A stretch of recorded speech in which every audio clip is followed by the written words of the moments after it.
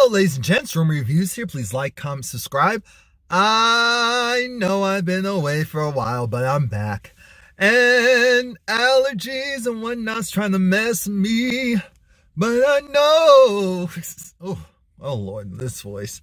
Anyway, the have and have-nots. I missed the episode 2 weeks prior. I felt like, it didn't do enough for me to catch my attention. But this past week, oh yeah, we're back.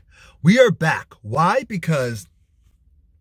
And how dare they try to convince us of something so egregious? I don't care how much this character gets on my nerves. I had a moment when I thought, dang, Tyler would do something to shake up this show and get all Lee Daniels on us for about a good 5 seconds and scare us with the death of Jeffrey.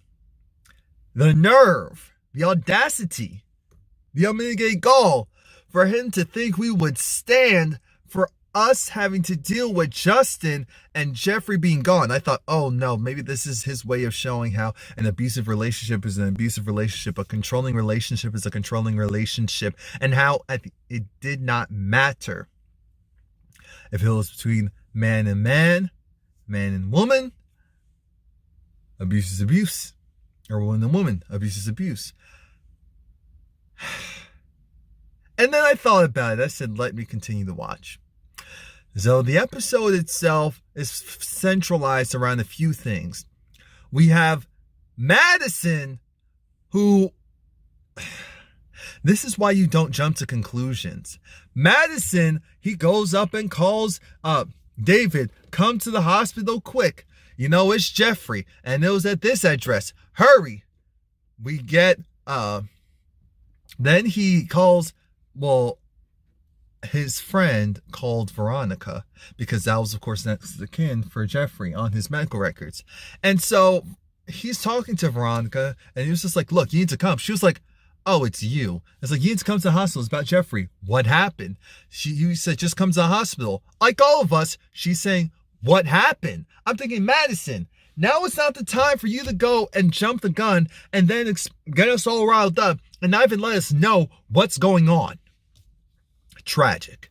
Now, while we have that happening, we see that they get to the hospital and Veronica's trying to talk to the front desk. David's there as well. And they're all like, wait, what's going on? That's what Madison's like, I'm sorry. There was a call out, and there was two situation where an African-American male and a white male were involved in a shooting at this address where Jeffrey was, and presumably Justin.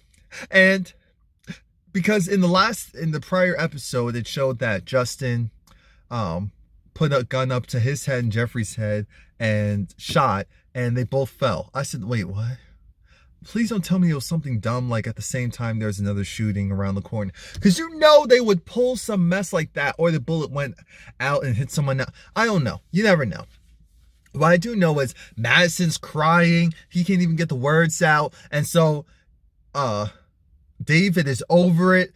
But Veronica does not even believe this. Veronica said, look, girl. Because, you know, she calls gay men girl. She was like, look, girl, at the end of the day, my son is strong. My son will prosper. He is okay. Don't you dare open your mouth, flap your gums to go and tell me, girl, madam, sis, that you are saying that he died because of something that another girl did to him. That is not what happened. I said, oh my God, Veronica, I can't with you. But something made me feel like, but maybe she's not wrong. Maybe she's not wrong. Jeffrey's dumb enough for it to happen, but maybe she's not wrong. While that's happening, we see that her and, Madison was over it, but her and David had a separate conversation. That conversation didn't go too well because she started to blame David. She was just like, see, and after I went and kept on telling you about old dude and about Jeffrey and his ways, you wanted to go and be the good guy. So because you were the good guy, now our son got shot. He got shot because he was playing reindeer games. He could have picked up something. I said, Veronica, this could have happened if he was in a regular, heterosexual relationship. This, like, your way of thinking is flawed. It's flawed. Like, yes, we all agree that Justin's trash, but your way of thinking of, well, if Jeffrey was with a woman, no, I'm sorry to disappoint you, but no, that's not how this whole thing works. Now, once we get over that and her just reaming into David because she was over it, because she leaves. She's like, no, this isn't bull. Give me the address. She wanted the address because she wanted to go over to the house. We see at the end of the house, someone opens the door and it doesn't look like it's a cop. It looks like it's either Jeffrey or Justin. I don't know for sure who it was, but I feel like the preview showed us that it was Justin, unless they were trying to trick us. But it could have been Jeffrey. They both could have been at the house still, like idiots. When David goes to identify the body, because now he has to go and identify the body, he goes and notices, wait a minute. Because at first, his face was... because when you're anticipating something, and you're just like... but then it switches over. It switches over to... Say what now? Huh? What's this? Hey, yo, what's this? That was the look. It went from to dumb Madison. Dumb Madison. He gets on my nerves too. Now, we're finished with them. We are. If there's anything else, we're finished with them. Let's move on to Jim and this whole Wyatt situation. As we know, RK took the car. So now Wyatt goes and he tracks the car because, of course, I think it's a Bentley. I think it's a Bentley truck. So he's able to call. He has the VIN number and he's able to call the car directly. And he gets a hold of RK. RK is trying to show off in front of his, in front of his little crew, in front of his peoples. At first I thought, are they going to rob him? Are they going to jack him? Because he's doing way too much. He came from the same area they came from, and now all of a sudden he's trying to act like, oh, he's doing really well, he's killing it, even though he doesn't even know how to answer well, that could happen too, if he just got it. But he gets a phone call. I'm guessing they somehow didn't overhear the conversation that he had with Wyatt, or didn't think too much of it, because Wyatt said, where's his stuff? He wants his drugs and he can track the car. So then he was like, okay, I'll get it for you. It'll take me some time. And so Wyatt believes him like a dummy. While that's happening, Jim is trying to figure out a couple of things, because Catherine was drunk. Catherine was drunk from overdoing it last night. Jim goes to her bedroom, talks to her, and says, hey, you were going and acting a fool over some dude that doesn't want you, and then you're trying to go home with another kid. And Catherine said, I'm going to do whatever I want because I'm the one with the purse strings. I'm the one with the money. What are you going to do? What can you actually do? I said, oh. And I'm thinking to myself, is Catherine actually wrong? Because she is the one with the money. And he was like, oh, Jim was saying that, oh, without him, she wouldn't be where she is. She wouldn't have what she has. I said, she's worth $250 million, Jim. That mind manipulation is not going to work this time around. So she's going to go and get ready and do whatever she wants to do. Jim is dealing with the fact that he gets a call from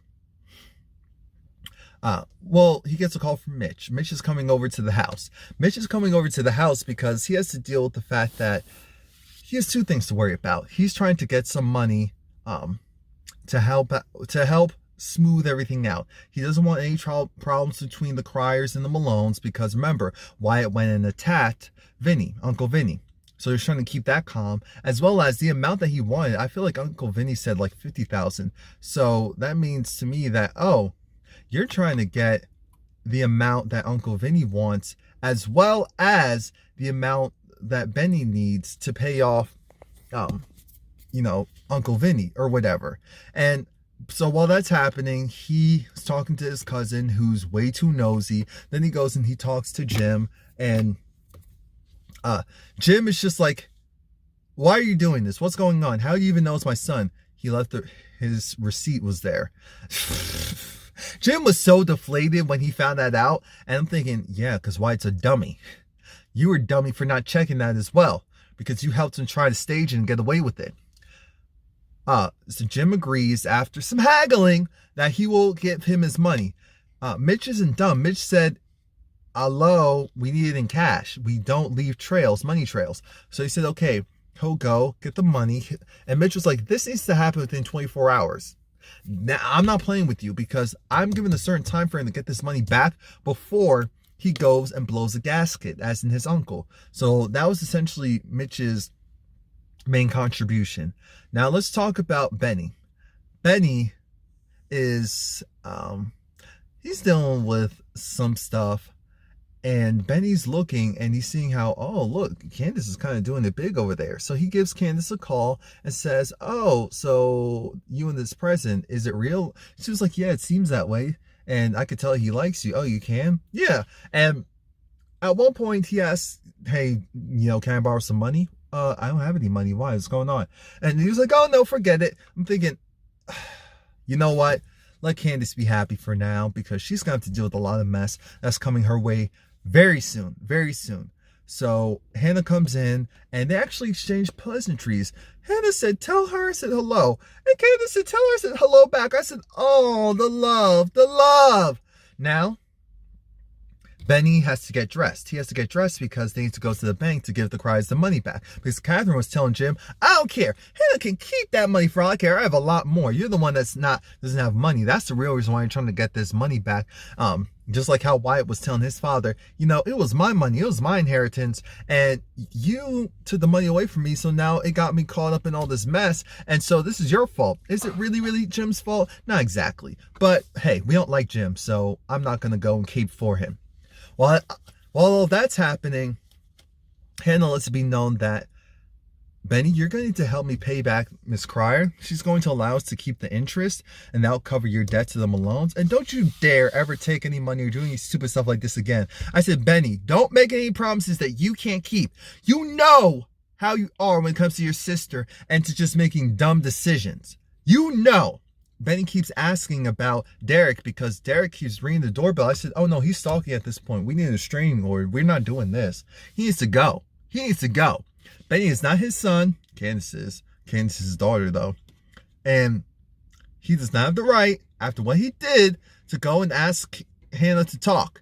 That's not how this works. So Hannah's trying to avoid him at all costs.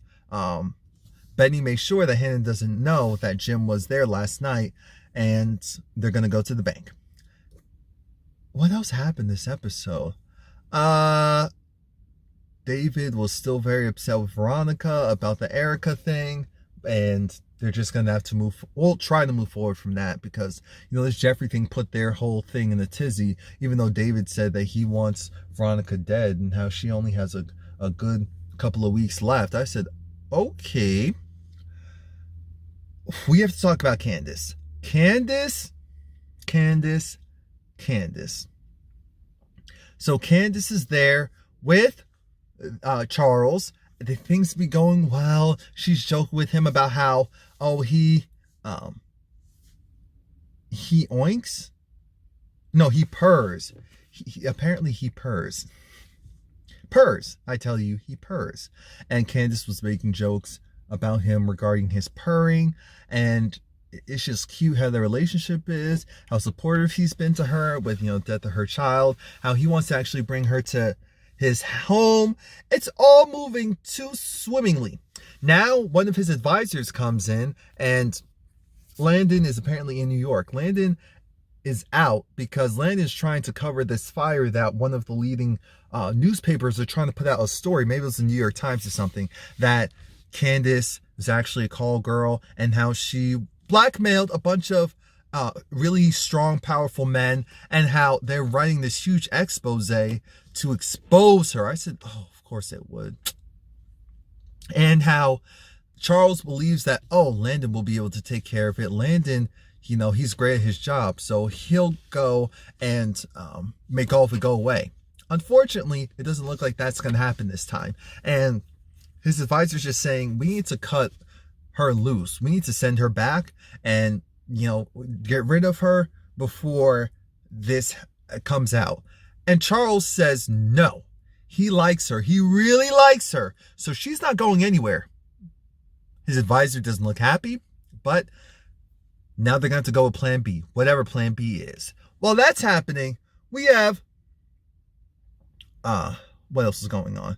While that was happening, Candace, I guess she wasn't doing her normal eavesdropping, which I said, wow, she really likes this guy if she's not even trying to do her normal shenanigans. And he says, oh, there's no issue, but he does have to take care of a couple of things. So he tells her to get dressed. Let's go. While that's happening, Broderick gets intercepted by one of the FBI dudes that's working with the state attorney or something like that, or the attorney general. And so this guy has Broderick's number. He knows that Broderick isn't in the country legally. He knows Broderick's real name, and he tells Broderick he'll deport him or get him deported if he doesn't start cooperating.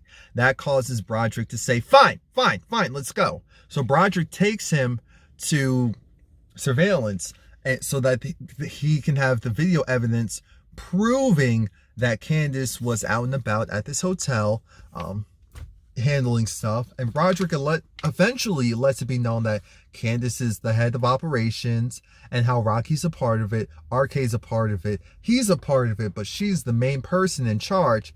How we have this girl, we have that girl, and no, the owner, she's not a part of this. I mean, she's worth so much money that why would she be a part of something so small? He said, fine, but I know you're sleeping with her. You're sleeping with her, right? Yep. He knows everything. He knows everything. He doesn't know Candace's relationship with Charles and how that started. I forgot the other thing that he didn't know. What's important is that Candace is screwed because this guy pretty much knew all this stuff already. He just needed a credible witness. And who's more credible than something a part of it? And they're probably going to offer him an immunity deal and offer him to stay in the country if he agrees to go and testify, because they can do that. They can revoke it later, but they can do that initially. So Candace, I don't know how she's going to wiggle her way out of this one. I know Charles is going to do everything he can through the way of Landon. But that's it. Please like, comment, subscribe. I'm trying to think, was there anything else that I missed? By the way, I know it's been like over a 2-week hiatus, but I will be putting up a new content on my ASMR channel. I'm not going to say what it is. Just go over there and support. I'll update this video later on with new links, as well as I will be, picking things back up in my music reviews.